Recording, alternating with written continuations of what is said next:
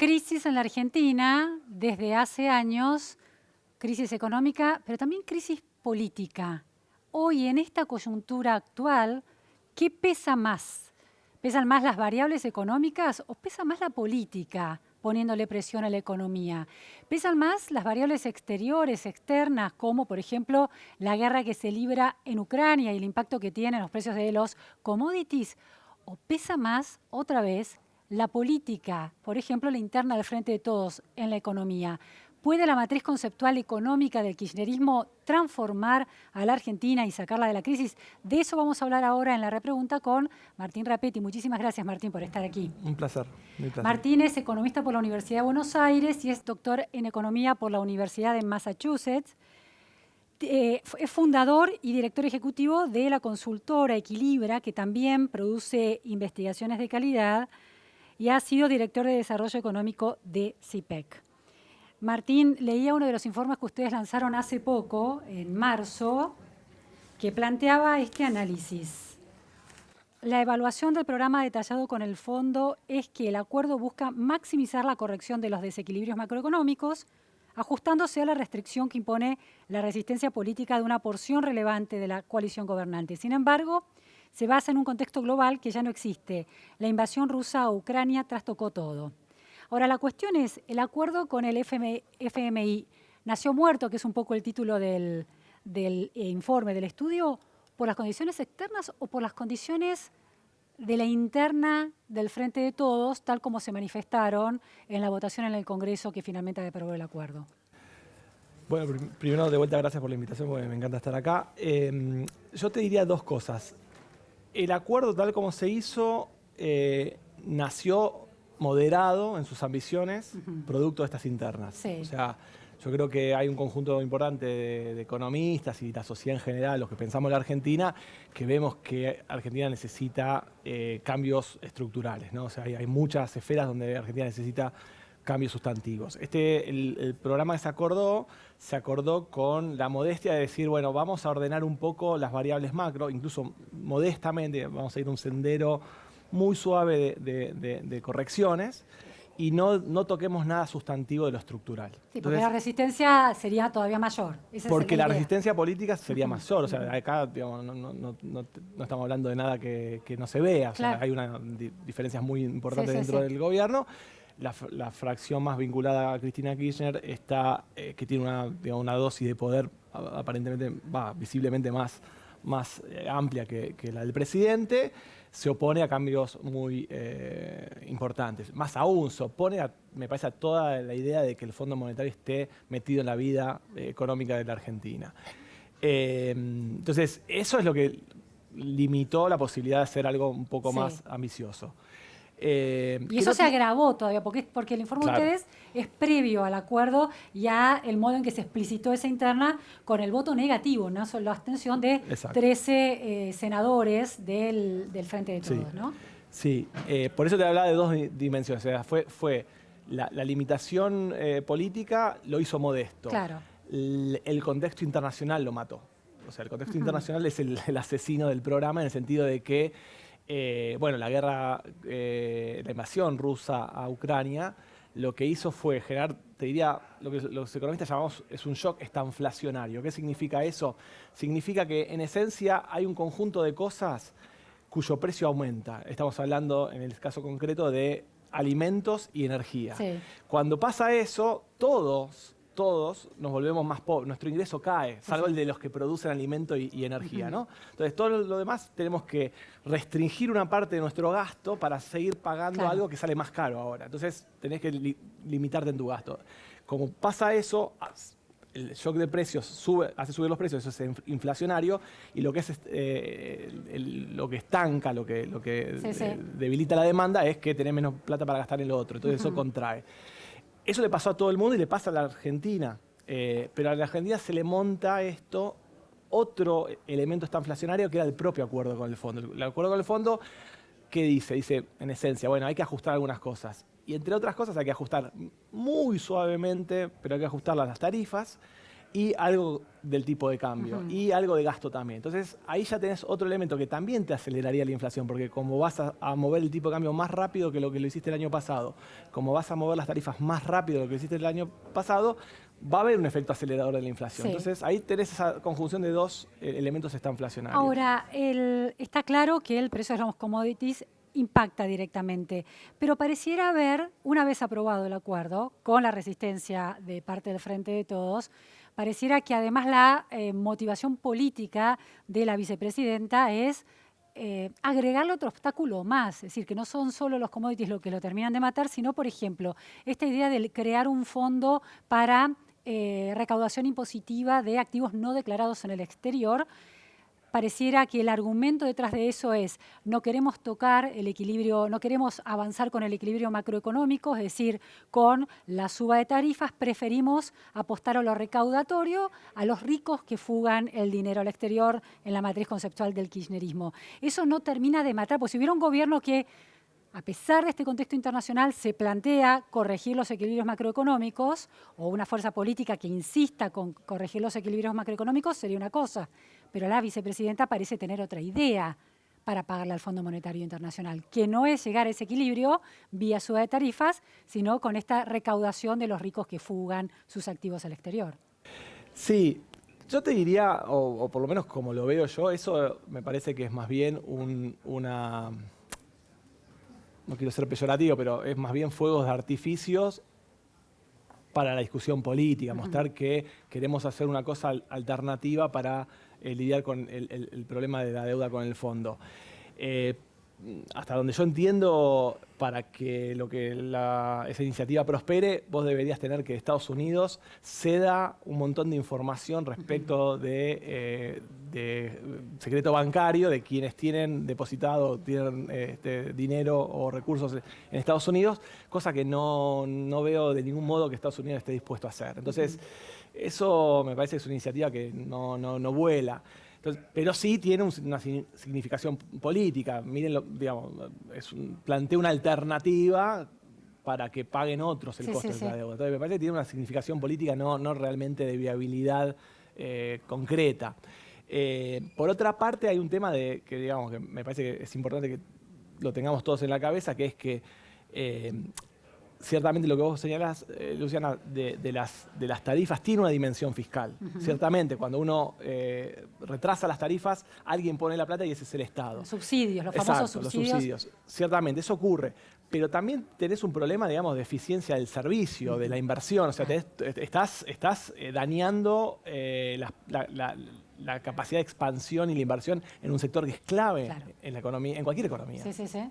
Ahora, dentro de tu consultora, uno de tus principales socios es Diego Bossio, ¿no?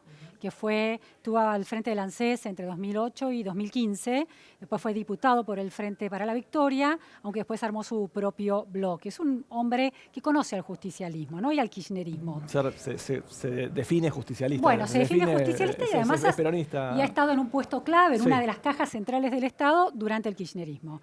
Entonces, entiendo que eso te permite dar mejor llegada a comprender esos argumentos del kirchnerismo. Porque la gran pregunta es si la matriz conceptual económica que maneja el kirchnerismo, que plantea controles de precios, que insiste con una multicausalidad de la inflación, pero no se preocupa por la emisión, sino por los controles de precio. En esa multicausalidad no elige como principal causa la emisión monetaria, sino la idea de que hay especuladores que suben los precios hasta el 50 y pico %. Entonces, eso por un lado, el control a las exportaciones, las retenciones, el cepo a ciertas exportaciones. Una matriz conceptual como esa, ¿puede sacar a la Argentina de la crisis? Bueno, no sé, vos lo trajiste a Diego claro, acá, no, porque, pero te lo pregunto porque a veces los economistas pueden estar muy en la vereda de enfrente de la lógica del gobierno, sin embargo vos tenés la oportunidad, como en el trabajo diario, de conversar con alguien que conoce el kirchnerismo desde adentro. Entonces yo quiero entender cómo, si esa matriz conceptual en algún lugar se plantea como una salida verdadera o es todo Fulvito, para la tribuna, como planteabas vos, en relación a esta recaudación de los más ricos? Bueno, yo primero no quiero hablar por Diego. Un día está bien. invitémoslo acá. No, porque no es la idea una que hables persona por Diego. muy valiosa Sí. para entrevistar. Sí. De vuelta, corriéndolo completamente Sí. a él, porque yo digamos, no veo.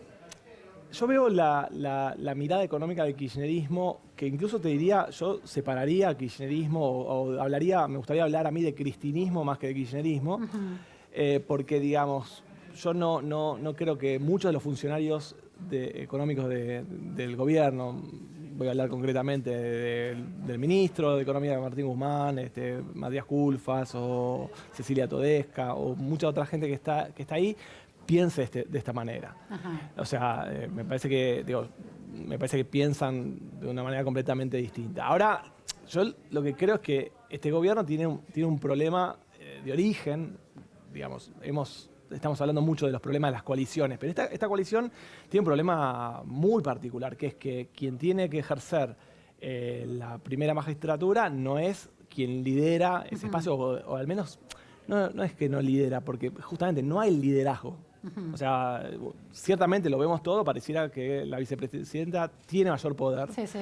pero no tiene el liderazgo. Dice, bueno, vamos por acá. Claro. Lo que pareciera tener es capacidad de veto. O de obstaculizar, O de claro. obstaculizar. Entonces, el problema es este. Claro. El problema es que, decís, realmente me planteas una pregunta complicadísima. Dale una racionalidad. ¿Cuál es la racionalidad que se esconde detrás de esto? Y la verdad, yo veo poder fragmentado, decisiones que se van haciendo de forma espasmódica, desarticulada y que no tiene una mirada producto de esta configuración política. Y creo que volvemos a tu comienzo. ¿Es la política o la economía? Claro. Bueno, es la política, estúpido. De acá a la China, para mí. Es la política que está metiendo la cola, digamos, incidiendo en la racionalidad económica. Pero Déjame decir una cosita más nomás. Es la política estúpido, pero también hay que reconocer que este gobierno y cualquier gobierno contemporáneo le ha tocado lidiar con dos situaciones muy complejas que han sido el COVID y la guerra. O sea, digamos, es una situación muy compleja, a la que se suma este gran problema de origen político. Ahora, hay una lectura que viene desde el lado de Juntos por el Cambio, de algunos de los sectores de Juntos por el Cambio, que dice que el gobierno de Cambiemos le dejó una serie de correcciones muy importantes a este gobierno, como un banco central con reservas, tarifas ya corregidas, bueno, y plantean otras 3 o 4 cuestiones más. Y que el gobierno de Alberto Fernández las desaprovecha de alguna manera. ¿Coincidís en eso, que más allá de la pandemia y de la guerra hubo un desaprovechamiento, la emisión monetaria, por ejemplo? Lo que pasa es que yo coincido en que la situación, producto de la crisis que tiene Macri de 2 años y que le limita la posibilidad de reelegirse, la crisis licúa mucho de los desequilibrios que tenía la macroeconomía con Macri, ¿no? Que a su vez venían también, obviamente, del gobierno de Cristina Kirchner, que termina en 2015. Entonces, esos desequilibrios en buena medida se corrigen. Si vos me preguntabas, me entrevistabas a mí a comienzo de 2020, te decía, mira, la verdad que la veo bien. Una buena plataforma de despegue. Y de hecho el gobierno había tomado medidas que potencialmente podrían ser impopulares. Acá viene a escena el dictum de Guillermo Calvo, el famoso economista argentino, que dice, es mucho más fácil para el peronismo hacer ajustes que para otro gobierno. Y efectivamente el gobierno de Alberto Fernández, de una forma que no tuvo resistencia política, hizo una serie de correcciones antipáticas. Y, por ejemplo, congeló, de alguna manera, cristalizó la pérdida de ingresos reales de los jubilados, ¿no? O sea, lo que licuó la inflación. Entonces, vos me preguntabas a mí, yo decía, bueno, mira, yo le veo chances de que la economía argentina despegue, tiene que corregir algunos problemas. Claro. Era el tema de la deuda, que tenía que negociar con los privados y luego con el Fondo Monetario Internacional. Pero si hacía eso, bueno, ahí hubo 2 elementos. La pandemia, fundamentalmente, que trastocó todo, y que ciertamente hubo un retardo en resolver el tema de la deuda. O sea, el problema de la deuda a uno le hubiera gustado que se resolviera el primer semestre de 2020, Claro. el de los dos, fondos Claro. y Sí. privados. No se hizo, eso se retardó. Martín, decías, no sé si todo el kirchnerismo, pero sí el cristinismo, una matriz conceptual económica complicada, ¿no? Para sacar a la Argentina de la crisis. ¿Podrías describir por qué un economista de tu racionalidad ve complicada esa matriz? Primero te diría que digamos que hay una cosa. Schumpeter, un economista austríaco famoso, hablaba de visión. Los economistas transmiten una visión, una gran visión, como si se quiere no te diría ideología, pero grandes lineamientos de cómo funciona una economía. Yo creo que la matriz del cristianismo más bien le da un peso al Estado mayor que por ahí otros economistas. Y eso condiciona expectativas de los agentes, de la gente que tiene que tomar decisiones de inversión, etcétera, etcétera, que de alguna manera me parece lo mal predispone. O sea, quiero decir, el mercado, los que tienen grandes billeteras para invertir, no ven con ojos apetecibles la política económica.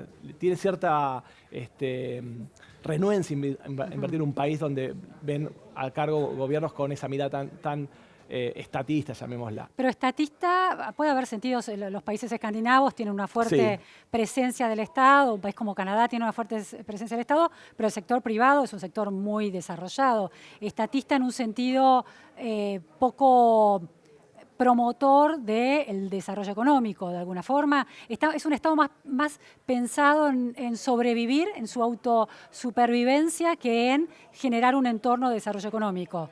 Claro. Yo soy de los economistas que creen que el Estado cumple un rol muy importante en el desarrollo económico. Justamente, como agente, hay un montón de problemas que hacen que por ahí se necesite la intervención del Estado, los economistas lo llamamos fallas de mercado, que hay por rolete, y el Estado cumple un rol muy, muy importante, yo te diría como, en alguna manera, como socio o como agente que ayuda al sector privado a tomar decisiones que son más riesgosas, que requieren de cierta certidumbre que el Estado, con muchas herramientas, es capaz de proveer.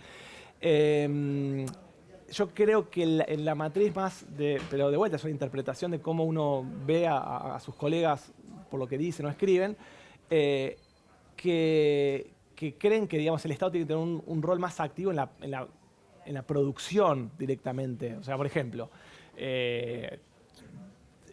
tenemos un problema con la provisión de alimentos, bueno, pongamos una empresa en un sector donde, digamos, Argentina, si hay algo donde es buenísimo, es produciendo alimentos para animales. El sector privado, muy desarrollado, claro. Digo, donde menos veo yo la necesidad de que aparezca una empresa testigo, es ahí. O sea, entonces yo creo que en cada problema la solución está en que aparezca una intervención muy, muy fuerte del Estado, como corriendo al sector privado de esa decisión. Entonces eso me parece no regulando la cancha en los momentos que se necesita, sino poniendo jugadores. Claro. Sí.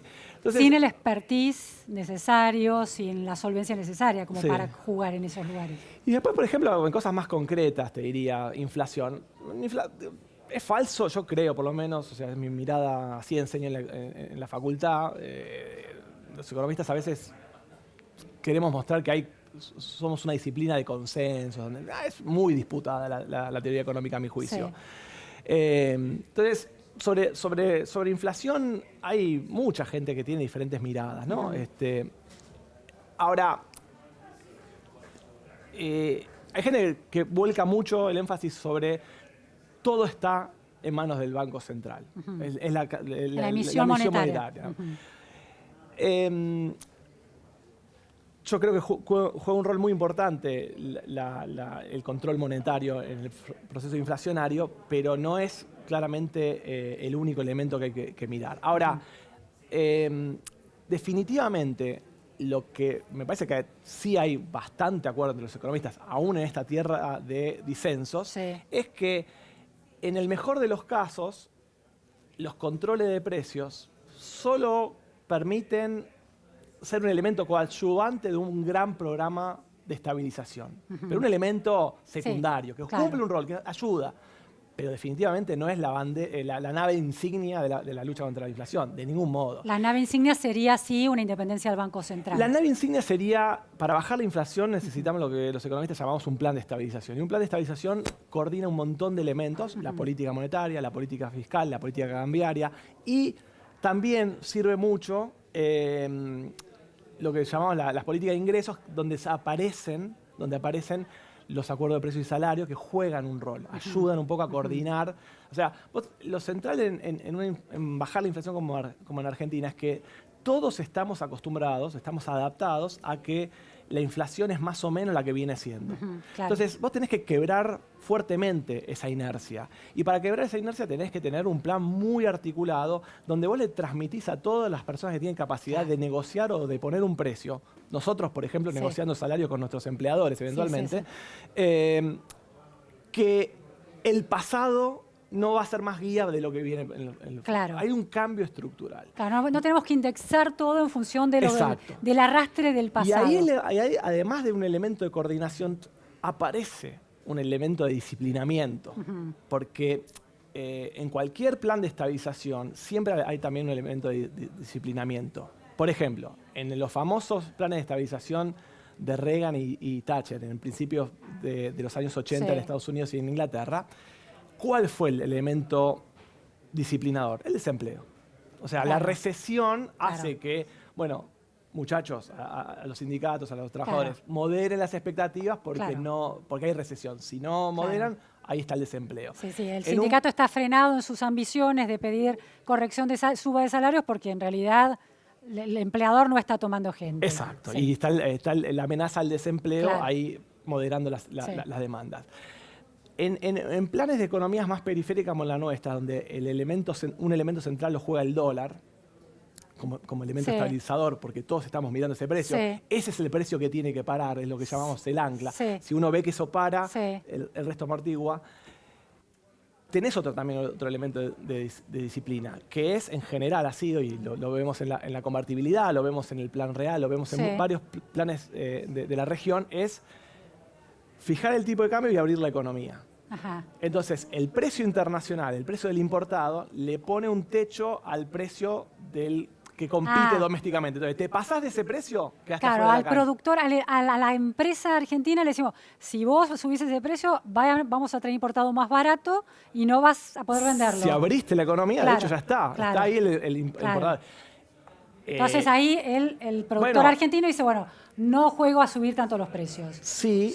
O queda fuera de la cancha, que es el lado dramático de los planes de estabilización. O sea, digamos, en general no hay... la convertibilidad impactó en el sector textil, por ejemplo. El plan de Martínez de Oz y varios planes de estabilización en la región te muestran que lo que llamamos sector transable, que es básicamente lo que compite con los importados, se achicaron producto de estos procesos. Entonces, es muy dilemático, porque es una graduación muy finita. El ejercicio de esa disciplina es delicado. Al mismo tiempo, por eso es muy útil la coordinación de precios y salarios con acuerdo de precios. Vamos en esta dirección, cooperemos. Porque si no, si vos no cooperás, tengo el elemento disciplinatorio. Y a veces la cooperación es difícil, porque es muy difícil coordinar esa cooperación. Siempre hay alguno que dice, bueno, ¿por qué es difícil también? Porque ¿cuántas veces me anunciaron un plan de estabilización a mí? Dice un viejo empresario. Miles. Y siempre falla. Yo subo por las dudas. Entonces, el elemento disciplinario... Corro el riesgo por un tiempo, pero me voy a salvar en el año que viene voy a estar Corro un riesgo porque mis costos vienen subiendo. Es muy difícil. Digamos, es bien complejo. Por eso vos necesitas un plan muy integral y eso es de la parte técnica de la economía. Después viene la política. La política tiene que haber... año electoral complicadísimo porque un plan tan integral... ¿Es gradual o es shock? A esta altura de la Argentina, que está en una situación muy crítica. Bueno, a ver, despejando, es una pregunta dificilísima la que me haces y me la pregunto todos los días y no tengo una respuesta. Así que voy a ensayar en vivo mis tribulaciones. 2023, nuevo gobierno, no sabemos... Claro, primero. No lo veo a este gobierno con capacidad de hacerlo. O sea, no me parece que el gobierno pueda encarar esto porque además en este año tenés el elemento de que yo creo que va a acelerar la inflación, por esto que hablábamos al comienzo. 2023. Bueno, yo creo que vayamos a un clásico. ¿Qué le decía Maquiavelo al príncipe? Hace el bien de a poco y el mal de golpe. Sí. Traduzcámoslo al presente. Bueno, todos estos programas de política económica, si se extienden mucho en el tiempo sin mostrar resultados, generan fatiga. Claro. Entonces, vos no tenés una ventana política larga. Sí, el gradualismo es un espejismo, en realidad. El gradualismo tiene el problema de que el gradualismo sirve si vos, mientras vas corrigiendo, y además podés corregir gradualmente, te acompaña los resultados económicos. O sea, la inflación por ahí baja un poco, el empleo crece, la actividad crece, entonces vos vas corrigiendo los desequilibrios gradualmente. Yo creo que Macri tenía esa ventana. Mi crítica con Macri, con la política económica de Macri, no es tanto sobre la política fiscal, que yo creo que era correcto, el gradualismo, sino sobre la política monetaria y financiera, cómo financiar ese déficit. Pero es un tema para otro programa, si querés. Yo lo que siento hoy por hoy es que el próximo gobierno no tiene la misma ventana ni la misma condición que el gobierno de Macri. Porque la sociedad no se lo da también ese tiempo. Porque venimos van a ser casi 12 años de estancamiento, declino y de pérdida de poder adquisitivo. O sea, una sociedad muy fatigada, que lo muestran todas las encuestas. Entonces, me parece que el próximo gobierno va a tener un desafío de mostrar resultados rápidos. Y creo que en ese sentido, en algunos elementos tiene que ser de shock. ¿En qué? Creo que por ahí no necesariamente las medidas, pero sí este es el camino. O sea, mostrar rápido este es el camino que yo voy a trazar. Que tiene una secuencia de medidas y que vamos en una dirección correcta. Mostrar rápido ese camino. ¿Es un shock de un año? ¿Es un shock de meses? Déjame decir dos cosas más. La otra cosa que sí creo que el próximo gobierno va a tener que hacer es darle un golpe fuerte a la inflación.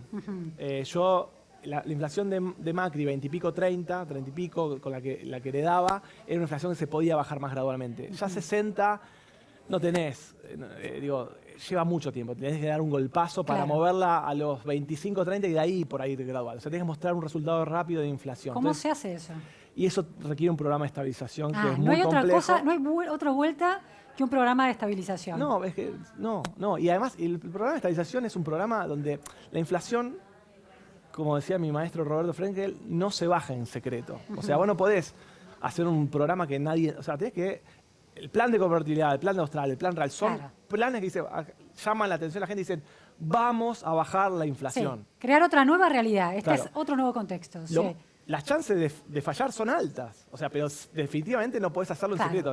Vamos a hacer esto y está articulado de esta manera. Fíjense, dejamos de emitir por esto. El déficit fiscal lo vamos a ajustar de esta manera para no necesitar emisión monetaria. El tipo de cambio, fíjense cómo lo vamos a poder estabilizar. Tenemos las reservas, va a venir financiamiento, eso es clave. Todas las variables. Entonces tenés que enhebrar un programa muy complejo, convencer a los economistas. En general, uno lee la historia y dice, bueno, no, el plan de convertibilidad, no, pero digamos, en 1993 no era que todo el mundo decía, sí, ya está estabilizado. O sea, es ganar una batalla, pero definitivamente tiene que ser anunciado de golpe. Es fundacional, de alguna manera. Hay un elemento, sí. Y algo parecido me parece que tenés que hacer con el cepo. No te digo eliminarlo de cuajo. Pero definitivamente vos no podés tener un plan que diga, mira, el cepo lo vamos a eliminar en 6 años. ¿Viste? Eso no es una mala señal para los inversores que necesitas para mover la economía. Una economía con dos precios para un bien o un activo clave como el dólar no funciona bien. No puede funcionar bien. Entonces, los controles, el cepo tienen razón de ser. Yo creo que funcionan en situaciones muy específicas, clave, de grandes crisis. Entonces, donde hay una gran pánico, la gente huye al dólar y dice, no, esperen, tranquilos. Entonces, ponés un cepo, paren la máquina, tranquilícense, ordenamos y después liberalizamos. Lo hizo el gobierno de Duhalde en la crisis. Hubo digamos, controles cambiarios. Se logró estabilizar y se fueron eliminando gradualmente, pero digamos, con mucho costo para la gente que tenía sus ahorros. Es otro dólares. Tema el corralito, ojo. Claro. O sea, el corralito está bien, es otra cosa. Está bien. El corralito es otra cosa. Martín, tres preguntas finales. Una es en relación un poco a este rol del Estado que concibe el kirchnerismo. Yo pienso en este plan de estabilización que claramente señalás, y hay mucha coincidencia con los economistas que no están en el gobierno, de esta necesidad, un plan integral de contención de la inflación. ¿Quiere decir que lo que el gobierno está ensayando en el presente, buscando especuladores y control de precios, no nos acerca ni ahí a esa contención de la inflación? Primero, yo creo que muchos de mis colegas que están en el gobierno, si estuvieran sentados acá dirían lo mismo, ¿no? Dirían o sea, que no o sea, dirían lo no nos mismo, acercan. dirían Sí. lo mismo. Lo que pasa es que, bueno, hay restricciones políticas, no tienen ellos el Sí, joystick, llamémoslo. Primero. Segundo, dadas las limitaciones políticas, dada esta situación de ¿cómo la llamamos antes? De bloqueo, no sé qué palabra usamos, De obstaculización. de obstaculización Sí. permanente, donde Sí. nada se puede resolver. El gobierno de alguna manera tiene que mostrar algo frente al problema inflacionario que está número uno en las preocupaciones de la sociedad. ¿Qué tiene a mano? Bueno, esta Son balas de fogueo en el medio de una guerra. de alguna manera sirven transitoriamente, bajás, vas al supermercado y el precio cuidado lo ves y no detiene la inflación. O sea, venimos desde Moreno a hoy, venimos usando controles de precio y se la supone inflación que en marzo va a ser más alta. se ha acelerado. O sea, claro. no, definitivamente no. Si hay alguno que piensa que esa es la estrategia para combatir, erradicar la inflación, bueno, apuesto mi título profesional a que eso no va a ocurrir, eso no ocurre. Pero, digamos, es lo único que tiene a mano en este contexto, me parece, el gobierno. La otra cuestión es en relación a el empleo. Porque, perdóname, una cosa. Los planes de estabilización requieren poder político y este gobierno está en una situación de debilidad política. Pensaba en los planes de empleo y la promesa del Plan Argentina Productiva 2030 que lanzó esta semana el Ministerio de Producción con Matías Culfas, con la idea de que en 2030 habrá 2 millones de empleos privados, de asalariados privados, creación de 2 millones de empleo. ¿Cómo se sale de esa lógica de creación del empleo público y se va a la lógica de la creación del empleo privado? Porque no estaría sucediendo eso por el momento. Yo te diría... Digo, el plan de estabilización integral implica una reforma laboral que agilice y flexibilice las relaciones sin desproteger a los asalariados. Lo primero te diría, volviendo a es la política estúpido, es lo siguiente. Yo he estado, hace años peleo con el tema de la grieta, que me parece que es el principal obstáculo del desarrollo económico de Argentina. ¿Por qué creo eso? Bueno, sí, me gustan los consensos. Soy una persona, digamos, no conflictiva. Sí. Pero no es esa la razón. La razón es que cuando un inversor, cuando cualquier empresa quiere desarrollar un plan en Argentina y hundir recursos, necesita tener un horizonte. Claro. Entonces, ese horizonte te lo da te lo da que, concretamente, no la certeza, pero la firme convicción de que las pautas generales de comportamiento de esta economía se van a mantener en el tiempo. Políticas de Estado. Políticas de Estado. O estabilidad de reglas de juego, de comportamiento de la economía, de sus instituciones. Entonces, ¿por qué creo que es central que la Argentina se salga de este péndulo de grieta? Porque necesita justamente crear un horizonte a la economía. Y eso es necesariamente político. Es necesariamente político porque el que está en la posición de tomar esa decisión ve que esa estabilidad nadie te puede garantizarlo, pero le crees. Entonces, eso es lo principal que te diría. O sea, los 2 millones de puestos de trabajo privados se podrían crear. Claro. Yo creo que Argentina tiene un montón de potencial productivo, talento, recursos, capacidades. O sea, Argentina está enormemente subvaluada. Es una gran oportunidad de inversión Argentina con lo barata que está, siempre y cuando uno le dé esa posibilidad de proyectar. Entonces, para mí es central, desde lo político, mostrar que Argentina necesita evitar estos péndulos y coordinar. ¿Cómo se hace eso? Bueno, puede ser con políticas de Estado, grandes acuerdos, o una gran coalición, llamémosla de centro, que evita los polos y que con musculatura política, dice, bueno, nosotros será este, no importa, pero vamos a estar en condiciones de gobernar y mostrar este escenario político para la inversión. Entonces, ese me parece que es el gran desafío de la Argentina, ese. Es decir, que de alguna manera en el panorama político que uno ve hay una facción política que es la cristinista que está más alejada de esa racionalidad económica sostenible que permitiría un crecimiento sustentable, virtuoso para todos de la Argentina. Sí, pero... Digo, no hay una grieta, sino hay un centro y otro polo, porque diríamos que Juntos por el Cambio parece estar más del lado de la racionalidad económica. Sí, pero te diría, digamos, te diría que del otro lado, digamos, también hay un elemento, a mi juicio, no que disputa la racionalidad económica, que tenga ideas locas en materia económica, pero sí que me parece menosprecia un elemento que al menos el peronismo históricamente ha sabido interpretar bien, que me parece que es lo que en un artículo con Pablo Berchuno llamamos el equilibrio social. O sea, esta idea de que, bueno, Argentina es un país, por los motivos que fuese, te guste o no te guste, que tiene una noción de equidad que no tienen otros países semejantes.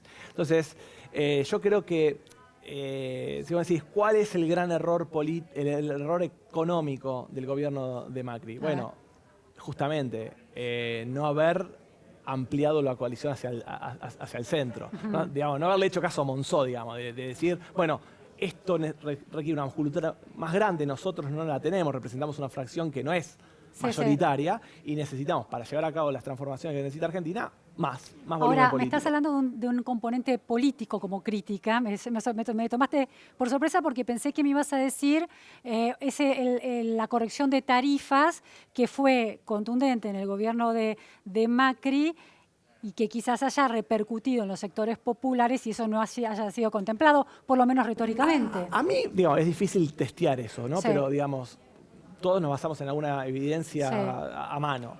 Yo te digo una cosa, Macri ganó 2017 habiendo subido, el grueso de la suba de tarifas ocurrió. Totalmente, y Cristina Kirchner perdió en 2015 pisando tarifas. Claro. O sea, digamos, interesante. Sin duda, hay un costo social asociado a subir tarifas. No tengo duda, hay un costo político. Electoralmente no es redituable.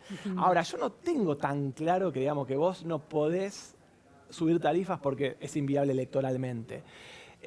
Yo lo que sí creo es que, digamos, que Argentina tiene un elemento culturalmente, llamémoslo, vinculado, con cierta vinculación a la tradición peronista. Entonces me parece que, digamos, en un punto, o sea, yo lo diría, yo creo que el peronismo es parte de la solución y no del problema.